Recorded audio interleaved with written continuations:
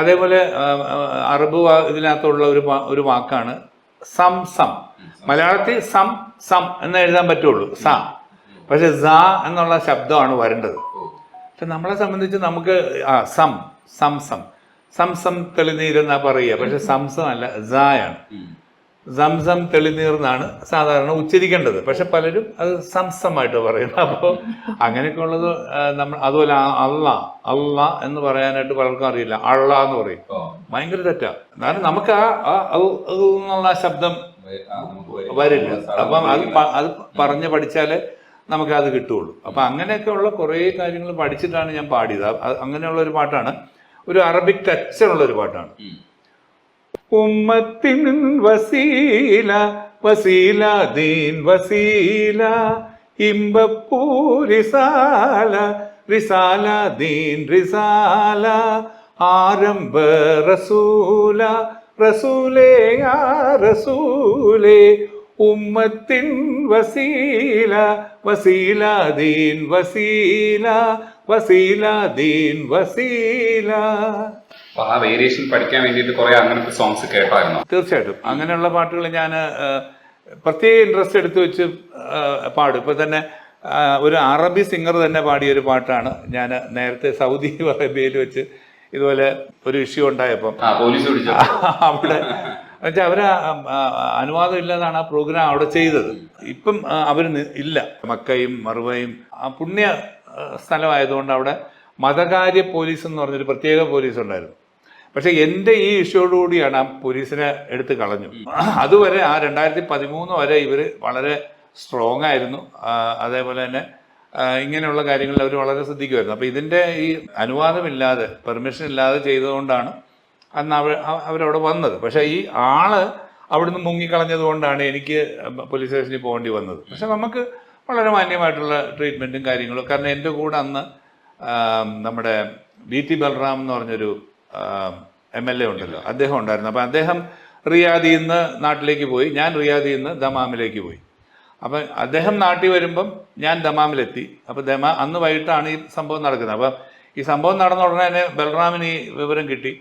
അപ്പം ബൽറാം ഉടൻ തന്നെ അന്ന് ഉമ്മൻചാണ്ടി ഭരിക്കുന്ന സമയമാണ്. ഉമ്മൻചാണ്ടിയെ വിളിച്ച് പറയുന്നത്, സാറേ ഇങ്ങനെ ഒരു പ്രശ്നം ഉണ്ടായിട്ടുണ്ട്. അപ്പോൾ ഉമ്മൻചാണ്ടിയായിട്ട് എനിക്ക് നല്ല അടുപ്പം ഉണ്ടായിരുന്നു, ഒരു അകന്ന ബന്ധമുണ്ട്. അപ്പോൾ അദ്ദേഹം ഉടൻ തന്നെ പുള്ളിക്കാരിയെ വിളിക്കുന്നു. എന്താ മോളെ എന്താ സംഭവിച്ചത്? അപ്പോൾ അവളും പറഞ്ഞു എനിക്കൊന്നും അറിയത്തില്ല, ഇങ്ങനെ സംഭവമുള്ളൂ.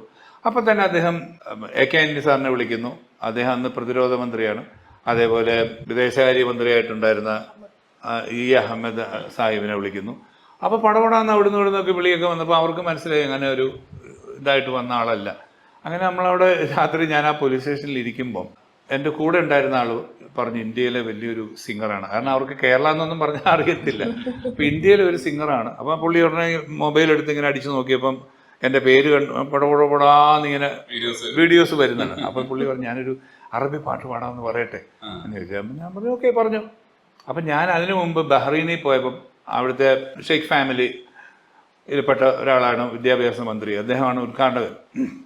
അപ്പം അദ്ദേഹത്തിന് വേണ്ടി പഠിച്ച് പാടിയ ഒരു പാട്ട്. അപ്പം ഞാൻ അവരോട് പല രീതിയിൽ അവരുടെ ആൾക്കാരോട് ചോദിച്ചും കൺസൾട്ട് ചെയ്തും ഒക്കെയാണ് ആ പാട്ട് പഠിച്ചത്. അപ്പം അതുകൊണ്ട് ഞാൻ ആ പാട്ട് അറബി ഉച്ചാരണം എങ്ങനെ ആകണം എന്ന് ഏകദേശം മൊത്തമല്ല പഠിച്ചു വെച്ചിട്ടാണ് പാടിയത്. അപ്പം അതിങ്ങനെയായിരുന്നു.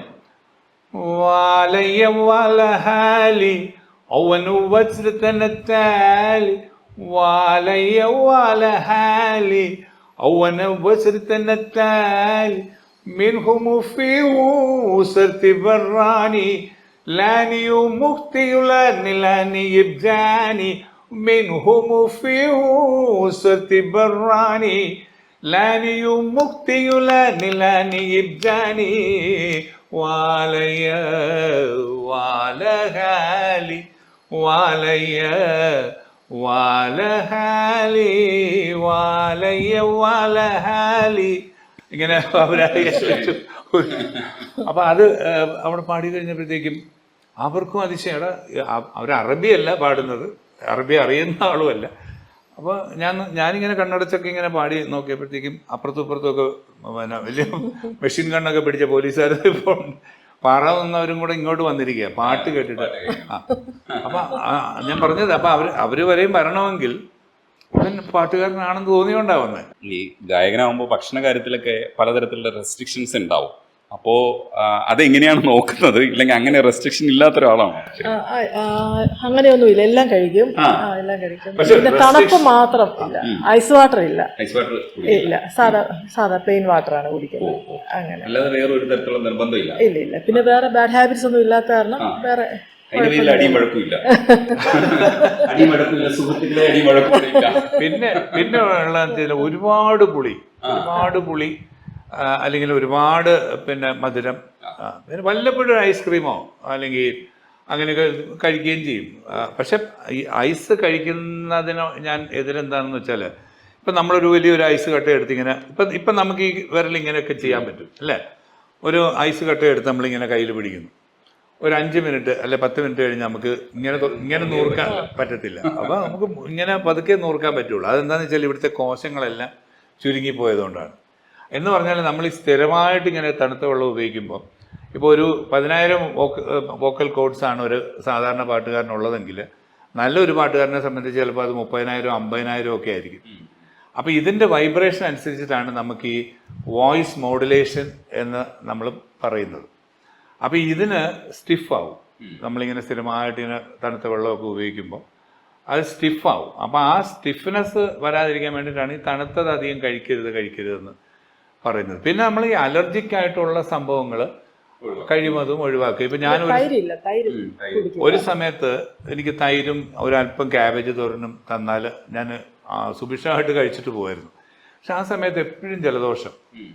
അപ്പോൾ എൻ്റെ അടുത്ത് 1-2 ഡോക്ടേഴ്സ് ഇങ്ങനെ പറഞ്ഞു, ഇയാളൊരു കാര്യം ചെയ്ത് തൈരൊന്ന് ഒഴിവാക്കി നോക്കാൻ പറഞ്ഞു. അങ്ങനെ തൈര് ഒഴിവാക്കി നോക്കിയപ്പോൾ ഒത്തിരി വ്യത്യാസമുണ്ട്. കാരണം ഈ തൈരുണ്ടാകുന്ന അങ്ങനെ ഇച്ചിരി പാലിനകത്ത് കുറച്ച് തൈരും കൂടി ഇട്ടിട്ട് ഒരു ബാക്ടീരിയൽ ഫോർമേഷൻ കൊണ്ടാണ് ആ തൈര് ആവുന്നത്. എന്ന് പറഞ്ഞാൽ നമ്മുടെ ശരീരത്തിൽ ഒരുപാട് ബാക്ടീരിയാസ് ഉണ്ട്.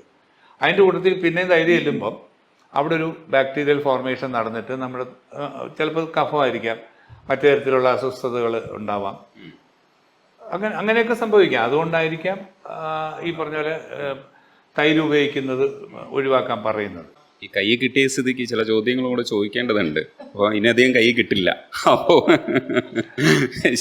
ശരിക്കും ഈ മനുഷ്യൻ പാട്ടുകാരൻ എന്ന് പറയുന്ന രീതിയിൽ നമുക്ക് എല്ലാവർക്കും ഇഷ്ടമാണ്. അതിനപ്പുറത്തേക്ക് ഈ മനുഷ്യൻ ആരാ, എന്താ? നല്ലൊരു ഭർത്താവ്, എന്നെ സംബന്ധിച്ച് നല്ല ഭർത്താവ്, എൻ്റെ 3 കുട്ടികളുടെ നല്ലൊരു പിതാവ്.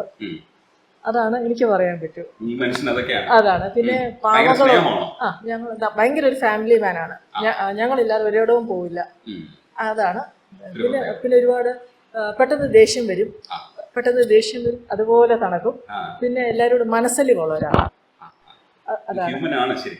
അതാണ് മെയിൻ ആയിട്ട്. ആരുടെ ഒരു വിഷമം കേട്ടാൽ ഉടനെ പെട്ടെന്ന് പുള്ളി അതിലേക്ക് അങ്ങ് പോകും. എന്നാ വെച്ചാൽ എനിക്ക് ദേഷ്യമുള്ള ആളല്ല ഞാൻ. കാരണം പുള്ളി ദേഷ്യപ്പെടും, എനിക്ക് അത് കഴിഞ്ഞ് പുള്ളി അതേപടി വരുമെന്ന് എനിക്കറിയാം. അതേപോലെ അതേ തന്നെ നിന്നാൽ അതിന്റെ ആവശ്യമില്ല. പോടാന്നുള്ള രീതിയിൽ നിന്നാൽ പെട്ടെന്ന് തണുത്തു പോകുന്നുള്ളതായിരിക്കും. ഞാൻ കൂളാണ്, എന്റെ നേച്ചർ അതാണ്.